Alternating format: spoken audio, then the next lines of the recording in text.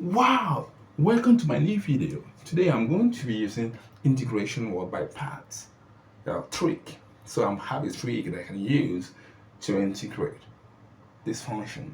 But this is now, but I'm going to, I'm not going to use the normal one method, integration by parts. I'm going to use a trick to solve this uh, functions. So for me to integrate, so I need to differentiate this one, then integrate this one. And before you can do that, you should be able to know how many times you are going to differentiate and how many times you are going to integrate.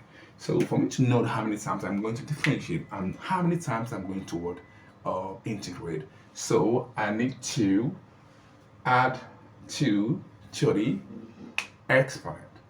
So which is 3 plus 2 is 5. So I'm going to differentiate 5 times and I'm going to integrate 5 times. So and it's very easy. And before I can do that, so I need to have my positive, negative, positive, negative, positive. Up to how many times? 1, 2, 3, 4, 5. Now, so I have my integration here and differentiation. My differentiation here and my integration. So then I need to claim this plus 2 that I have there. So let me start afresh again. So for me to differentiate now, so I will have this x to the power of 3 and sine x. So to differentiate x to the third power, so I'm going to have 3x to the power of 2. What about this one?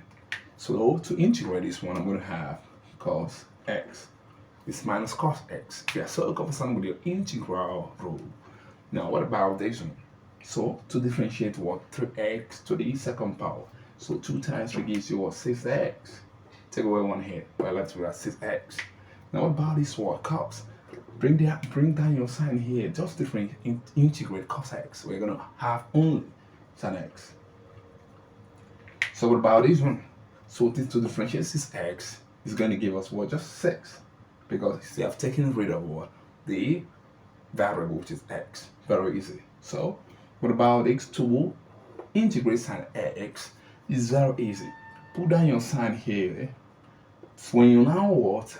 Integrate sin x, we're going to have minus cos x. So minus minus changes this to plus already. So we're going to have only cos x. Very easy. Now to differentiate this 6, a constant, when you differentiate a constant, you're going to have 0. But when you now integrate cos x, we're going to have sin x.